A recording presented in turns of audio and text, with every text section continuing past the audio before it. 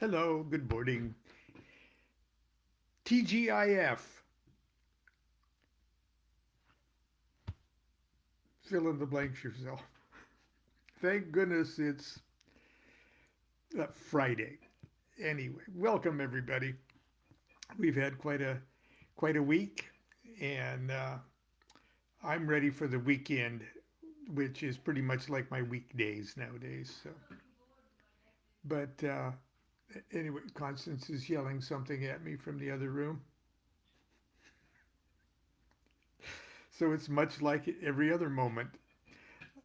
But anyway, a number of years ago, quite a few years ago, uh, my good friends, or our good friends, the Gordon brothers, Steve and David, who many of you probably already know from their music. They are new age ambient kind of brilliant musicians with many popular CDs out and things like that.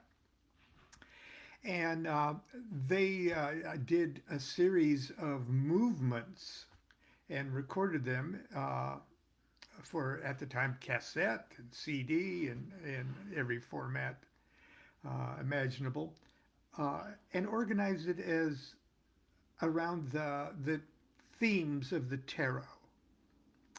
And they asked me if I would write the liner notes for the album, which I was, of course, honored and thrilled to do. And but they wanted me to say something about absolutely every card in the tarot deck, plus explain the Kabbalah and how the tarot was organized, and more or less tell everything that I can about the tarot cards. But I only have a short space to do it. So uh, I wrote what I called Tarot in a Nutshell. And it is a whirlwind tour through the tarot. And I'm going to share it with you today. I've included it in among the other introductions and things that I wrote for others in my Allow Me to Introduce the Insider's Guide to the Occult.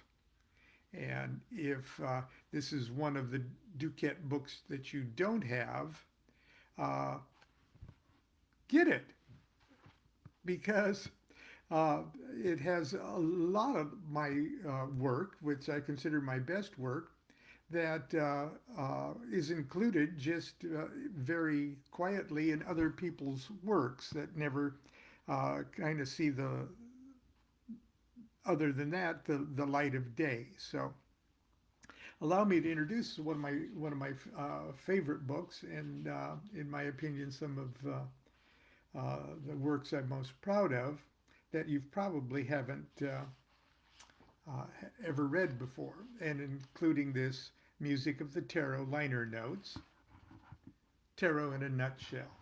Now, I've got for audio visual effects, I've got a deck of tarot cards here, and if you have your deck in order, uh, you could also follow along. But anyway, I'm going to try to juggle all of this. So this is the liner notes for Music of the Tarot 1998 album. For centuries, the beautiful and mysterious images of the tarot have captivated the imagination of Western civilization. The earliest examples date from the 14th century, and it is commonly believed they were introduced to Europe by nomadic gypsies who used the 78 cards as fortune-telling device. But as modern students have discovered, tarot is much more than a parlor game. It's an evolving, living, pictorial picture book of the divine. The entire deck is structured and organized in concordance with the ancient principles of the Hebrew Kabbalah. Each card not only represents a divine aspect of nature, but also triggers the corresponding psychic centers in the human consciousness. The major arcana, the trumps, Okay, I have to juggle things here. Hold the book down with my elbow on this side. Okay. The Major Arcana, the Trumps, Part 1. The Fool Through the Lovers. Divine wisdom is foolishness to we mortals. What made the pre-existent absolute forsake the perfect bliss of nothingness in order to initiate creation? We cannot answer that question. We only know that the universe springs from a great zero. Appropriately, our Odyssey begins as a babe in a blue egg or a handsome young fool, neither male nor female, gazing guilelessly into the sky before stepping off a precipice into a vast abyss. Tumbling. There, we got some action here. Tumbling through the void, the fool becomes the all and is transformed into a progression of archetypal characters and images. As the magus, the all has become the self-conscious, directed, concentrated will. This cosmic magician functions as a conduit, transferring that which is above to that which is below. The weapon of his magic, or the wand, by which he creates, the cup with which he preserves, the dagger with which he destroys, and the disc with which he redeems the world. His counterpart is the high priestess. There she is. Only the virginal goddess of eternity is worthy to become the great mother of fertility. Her chaste truth is of such purity that it can be veiled only by undulating waves of light. As the magus is the will of creation, the high priestess is the idea. The union of the high priestess and the magus transforms them both.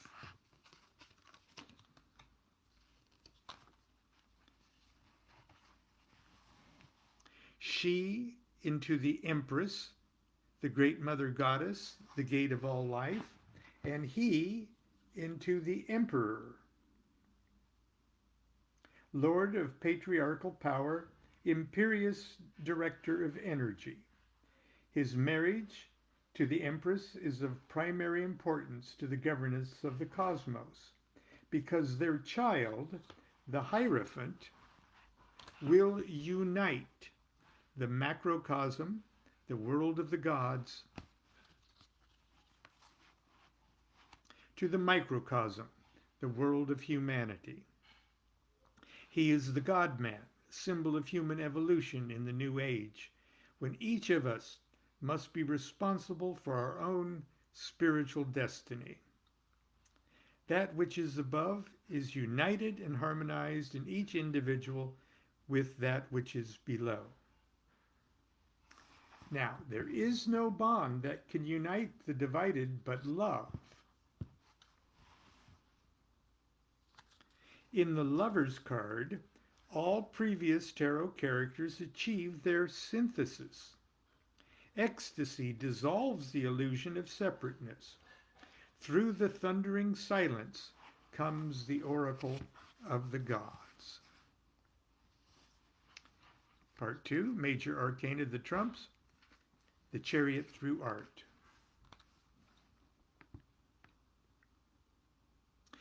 Riding as a triumphant king, the Knight of the Holy Grail conveys the precious secret of life in a starry canopied chariot. The blood is the life, cosmic equivalent of evolving DNA, carried by the charioteer through a sea of infinite generations. The process of creation finds a perfect partner in the manifest goddess. Excuse me for a second.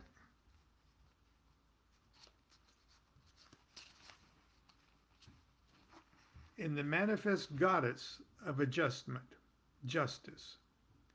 With her golden scales, she equilibrates all energies, forces, and principles against the feather of her perfect truth. She weighs the heart of humanity.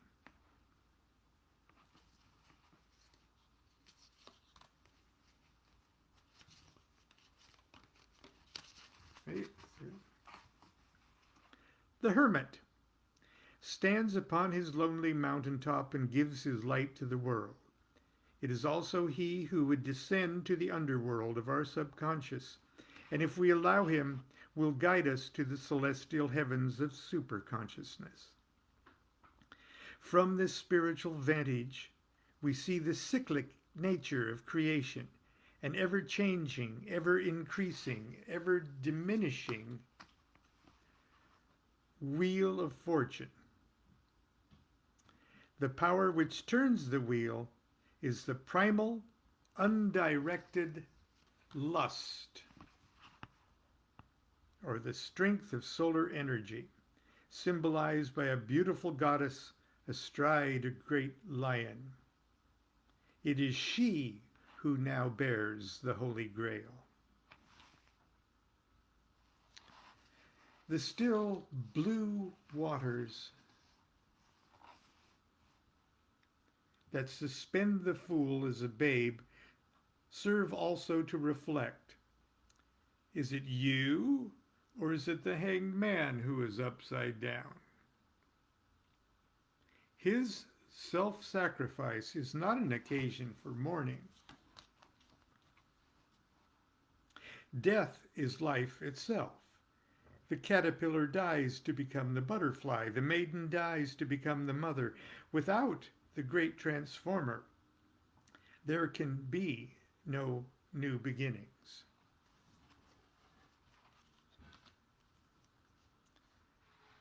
A royal marriage, the alchemical union of opposites, is celebrated in the art or temperance card. Male and female, sun and moon are conjoined to create the elixir of life. Fire is poured upon water and water upon fire to produce the rainbow seal of a divine covenant.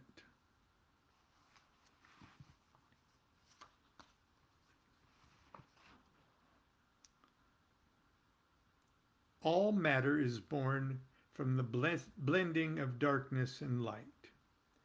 The fearsome appearance of the devil projects the illusion that we are hopelessly enmeshed in material existence. But the material world is our school, not our prison. Ignorance and superstition are the true devils that would bind the human spirit. So long as our eyes are closed, we remain in darkness. Old fears and attitudes must be destroyed like a lightning flash, a lightning-struck tower. Once illusion is annihilated, true meditation can begin. Illumination arises.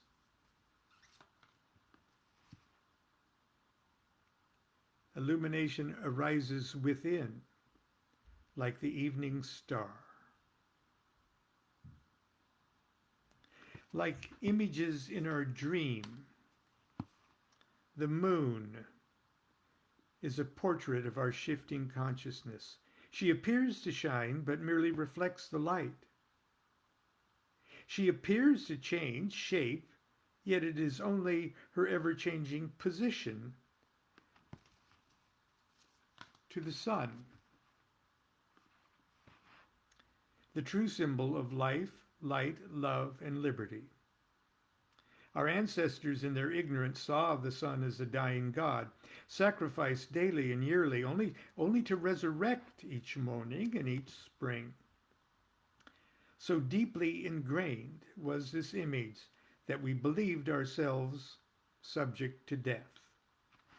A death that required continual, elaborate rituals to assure our life after death. In older tarot decks, this process was portrayed in a card entitled The Last Judgment. With the new Aeon, however, has come the dawn of a new consciousness. We know the sun does not die, nor does it need to be resurrected. Night, winter, and death are all illusions, a simple shifting of a shadow. Our spiritual identity has now shifted from the earth to the sun. As such, we close the cycle of trumps by taking our proper place in the universe, dancing like a divine fool in the center of the belt of the zodiac, ready to withdraw once again into nothingness.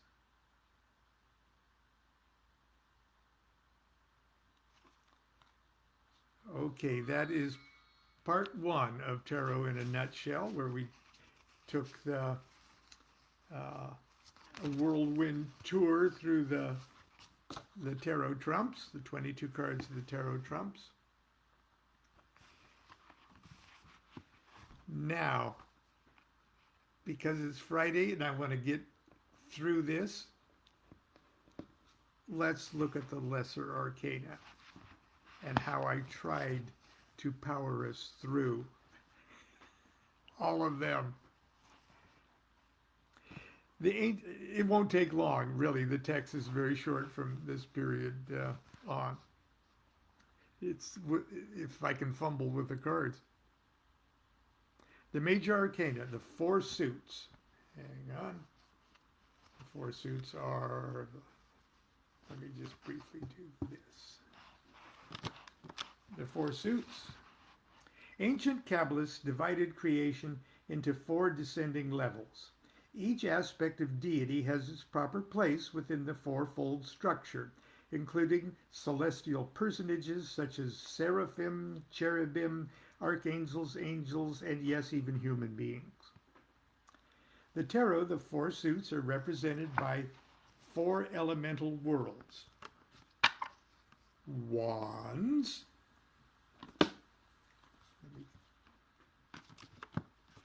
I'll be lucky if I don't end up losing cards here. Cups. Swords. And discs. Okay.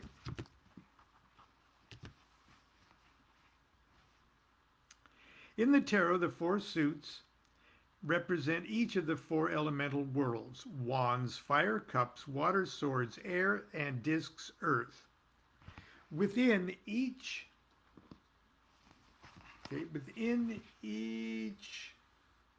hang on.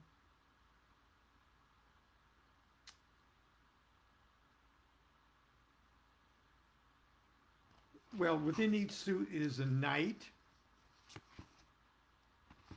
a queen, a prince, and a princess, who represent respectively the fiery, watery, airy, and earthly aspects of each suit. In addition to these court cards, each suit has 10 numbered cards. The ace is the archetypal emblem of the suit. The 2 through 10s expose the dynamic inner workings of the element. Wands, fire, representing the highest of the four worlds. The wand symbolizes the fiery will of God, source of all energy and passion. Here we go. Dominion. Oh, excuse me. Dominion, virtue, completion,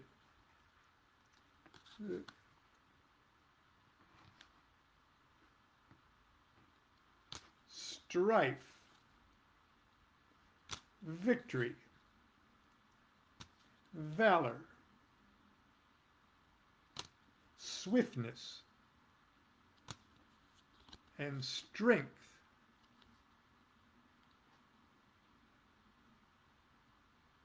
Finally degenerate into oppression as we descend the ladder of the world of wands. Cups. As water both mirrors and absorbs light, the suit of cups receives the influence of the wands and reflects and nurtures their radiance. This is the heart and soul of God.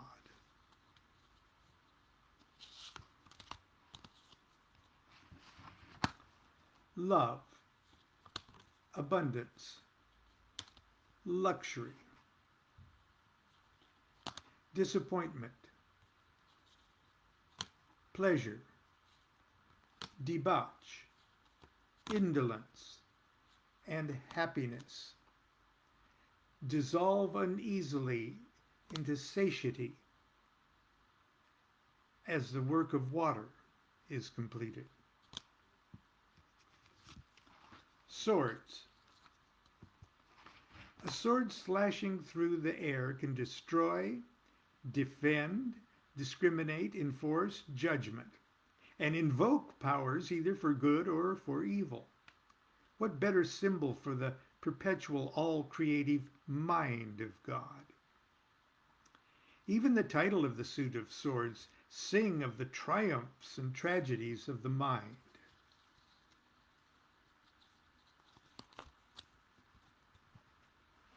Peace, sorrow, truth, defeat, science, futility, interference, and cruelty eventually end in ruin if reason ignores the influence of the will and the heart. Discs.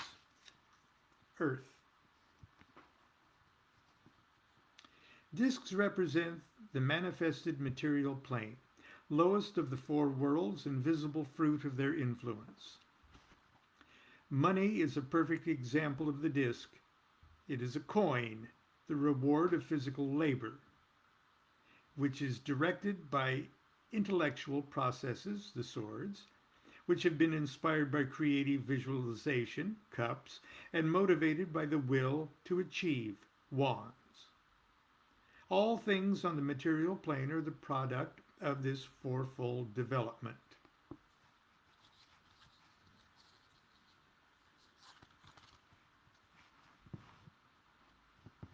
Change, work, power, worry, success, failure,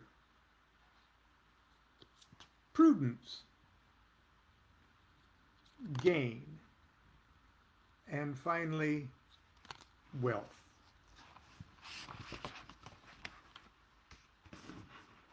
Must be through because I just lost my page. I just lost our page, guys. Hang on.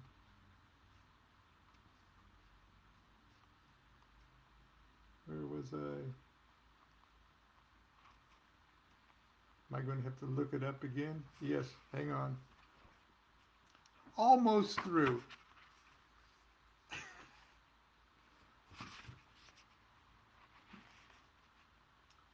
Now, if you had this book, you'd be following along. How much would you pay for a book like this? Okay, finally, wealth.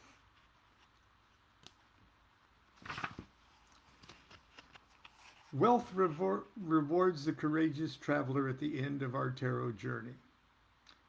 But the journey is not really ended.